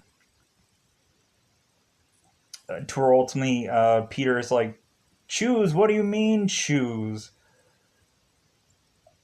Choose the form of their structure. Ultimately, yeah. So ultimately, Peter is like, well, hey, like nobody choose anything. Empty your heads. Empty your heads. Think of nothing. Um, and so ultimately, we have it to where Gozer goes, the choice is made. And Peter's like, I didn't choose anything. Did you? No, my mind was sort of like, did you? I didn't think of anything. I didn't choose anything. Ultimately leading to Ray. Ultimately just like, Ray, what? Like, Ray. And he's like, it's just popped in there. He's like, what? What just popped in there? And then ultimately Egon's like, look. And so that's when we get the Marshmallow Stay Puft Man. Ultimately, Ray is telling some story about a camp of Karma. I can't even say the words right. Camp Karma or something like that, or Camp something Karma something. Where ultimately he had roasted Stay Puft marshmallows by the fire at Campbell Karma. Camp Karma, maybe something like that. Maybe it's a joke as a reference to like, yeah, this camp was called Camp Karma, and it's going to come back to bite you in the ass. So reasonably, we have Peter and Winston and everybody who is all looking at the Stay Puft Marshmallow Man come closer and closer to this town, wreaking havoc, ultimately crushing over fire trucks and everything like that. It's a really cool image and it looks freaking awesome. And ultimately, they're like, "Oh man!" And so, of course, Peter throws to Egon asking what his plan is, and ultimately, Egon's plan is that he's terrified beyond rational thought, and so reasonably, Stay Puft is making his way to them. He is making his way through the town, ultimately crashing through a bunch of big, memorable buildings where everybody is crazily running away in panic, which is a freaking amazing visual and so iconic and so that scene is the greatest thing that I've ever seen in a movie. Like, yeah, you can have plenty of big, huge monsters that are always like crashing through a town like Godzilla or whatever, but I think nothing tops a the Stay Puft Marshmallow Man freaking just jaunting through this town, and he looks so joyful and so like lovable and whatever. But we have the Stay Puft Marshmallow Man ultimately crashing through a church, and we have Peter who is like, "No one crashes into a church in my town." And that's when we have the Ghostbusters, and we have Ray saying 1, 2, 3, ultimately to blast the Stay Puft Marshmallow Man that really does nothing but leave the Marshmallow Man with seemingly burn marks that aren't really all that there. But when looking at it, the Stay Puft Marshmallow Man is climbing up this building. So, reasonably, we have the Ghostbusters who were getting seemingly burnt, so they left to come up with Plan D or Plan E at this point. Who knows how many plans they went through? So, reasonably, we have it to where Peter is like, hey, what's the next plan? Ultimately, Ray is like cross the streams. Winston's just kind of exhausted. And so Egon is like, yeah, how about we cross the streams? And Peter's like, wait a minute, I thought you said that that was bad. It's like, well, like, dude, the world's gonna end. Like, let's go for it. And so Peter's like, yeah, let's go for it. Like, smacking everybody. He's like, yeah, I love this plan. So ultimately, they all push on into, I guess, what is the doorway of having hopefully this all go away. And so they shoot into this doorway in between the Terror Dogs, and so they all start to, of course, like basically mention to one another. It's like, it was nice working with you, Mr. Venkman. It was like, and this and that and all these kind of like nice little measures. Nice working with you, Mr. Zedmore, and back and forth and all this kinds of stuff. Um, to where the point to where eventually they all start crossing the streams, getting closer and closer together. And then ultimately, once the thing starts to really erupt for an explosion, they all start to like, get the hell out of here, and they all run as far as they can to otherwise block from the explosion or block from the blast, knowing full well that they probably won't be able to. Dot to dot dot dot. We have the Stay Puft Marshmallow Man that is poking his head behind them, and ultimately he gets freaking blasted through his eyes, blasted through everything, and ultimately we have it to where this seemingly tons and tons of marshmallow goo all is seemingly up in the sky, and eventually at some point is all going to fall down on everyone. And basically we just have the Ghostbusters just filled with marshmallow. We have tons and tons of seemingly marshmallow off the ground. Ultimately, we have Winston and Ray, I think, that were both together, and ultimately they were surprised to even be alive. And so, really, we have Winston and Ray get out of here first to ultimately try and find Egon, and and ultimately, I think Egon mentions that he feels like the floor of a taxi cab. We ultimately have Peter eventually make it out as well, and there's barely a spot of marshmallow on him, which of course, that's of course how this has to go. So, so reasonably, now we also have to have the marshmallow come down. We have to have Walter Peck ending up just kind of standing in the middle of nowhere, getting freaking clocked with marshmallow, and I'm like, I'm wondering if like Walter Peck actually got hit with that, or maybe they had a stunt double in the last minute. I don't know, but I'm sure for anybody that got hit with that, even if it was Walter Peck or it wasn't, it probably hurt because it's like, man, that stuff just all like slammed down there, and hopefully that whoever that person was could have like taken a breath before all of that, because I'm sure that crap hurt. It probably knocked the wind out of whoever it was, and however long that stuff took, it probably was like, man, I can't freaking breathe or whatever, because that, like, I'm sure that hit somebody really hard. Um, Whoever it was, maybe it was just a stand-in. I don't know, but that stuff came down really fast, and I'm sure it hurt. Even though it probably was like, it was just easy, just like didn't really feel like much, and I'm sure it freaking did, because maybe that person probably had padding on or whatever, but still, it probably hurt. Anyway, so because you were probably like that, whoever that person was got freaking knocked down by all that pounds of stuff that was coming down. Anyways, so but it's really interesting also to see some images of like what Stay Puft looked like while he was kind of walking through the town. Those images are out there somewhere, and I thought that was a really fun thing to see somewhere. So now we have it to where ultimately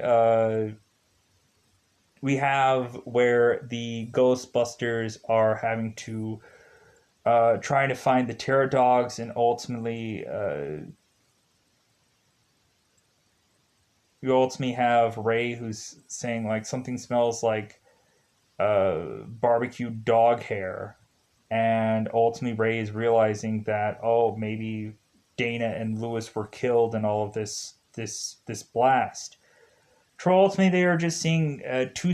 They're ultimately seeing a statue of the seemingly Terra dog, and they're just naturally assuming that ultimately Dana and who they don't give a shit about Lewis, both like just seeing a statue of these things, ultimately like charcoaled up and everything like that. Then we ultimately see that Dana is crackling from the statue, trying to desperately breathe. And so that's when they demolish the whole statue, and ultimately to realize that Dana is safely still encased within the statue. And Dana's like, "Oh, hello, like, hey, like, hey, yeah, yeah."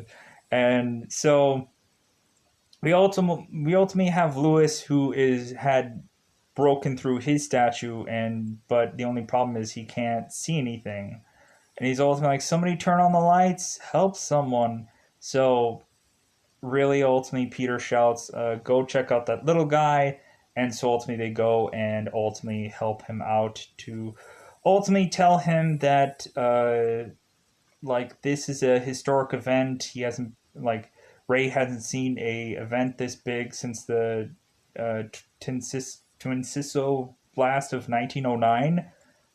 God, some of these lines are just like some of the words are like blah, blah, blah, blah, for me to figure out what the actual words were. And plus, it's been a long time since I've seen this movie as well. This is all going off memory. So we have it to where uh, Lewis is like, oh, tough break. Like, this is the biggest thing in our lives since that long ago. So reasonably ultimately Egon is mentioning it's like, well, we're gonna need some samples from you, and he's like, okay. So reasonably we have Winston, who is triumphantly like doing the Superman pose, and he's like, I love this town, ah ha ha. So that's when we have the parade all being done, where everybody is still like outside of the hotel building, just going, "Yeah, Ghostbusters! Yeah, I can't believe we're doing this twice." Probably it was all done in one take. It was probably just like, "Okay, everybody, get all this goop on you, and then like go back out here, and everyone's gonna scream and shout your name." We ultimately have Ray smoking a cigarette. We ultimately have Egon getting kissed by Janine, which ultimately doesn't lead to anything because the sequel doesn't have them being a couple after this. We ultimately have Lewis, who is trying to take a little bit of credit of being a part of this big event, and ultimately he's being ushered away by some paramedics. Uh, we ultimately have kind of Peter and Dana all kind of like cherishing that they're like, yeah, like we did it, we won, we whatever. So, but it's really just pushing all the Ghostbusters all to go into this car and drive off, which ultimately has, of course, the Slimer coming back from the background to ultimately get further and further closer into the screen, and that is how the movie just tailors off. Recently, yeah, I love this movie. I always love talking about it, and hopefully, at the end of the day, people would want me to say more about it at some point. Like, why is it my childhood favorite? Why is it something that I've seen hundreds upon hundreds of times over? And I always will maybe at some point go back to talking a number of lines. At some point, I'll probably have to review Ghostbusters 2, which I don't think I remember as much, but I know probably most of the lines more than anything else. If anything, for that one, there's so many like kind of like there's more punching of scenes going on in that movie. So if anything, I might have to go back if talking about that, like because there's some scenes that are just kind of seemingly out of place or out of order within the movie, but I remember most of it. Of course, I know Vigo the Carpathian, the Scourge of Moldalfia, the Sorrow of Moldalfia, and something or other, and commands you, command me, Lord. and this and that. Of course, the Season of Evil thing I always remember, and this and that. So, uh, but anyways, yeah, reasonably going into Ghostbusters 2 is a Christmas movie, of course, New Year's film. So reasonably, eventually, I might go into that. Maybe it might be right around the day of Christmas Day. Might be Ghostbusters 2. I don't know if I'm gonna go with that one off of memory or ultimately just. I probably could. I probably really could. Um, World of the Psychics and all that stuff, but I'm gonna get out of here. I don't want to make this video even longer than it probably should because I think it's getting close to 2 hours now. So I'm sorry for how long this video is, but I like talking about this movie and I just get lost in it and I ultimately just realize how long I've been talking for. So I'm gonna get out of here. Bye, everybody. Bye, everybody.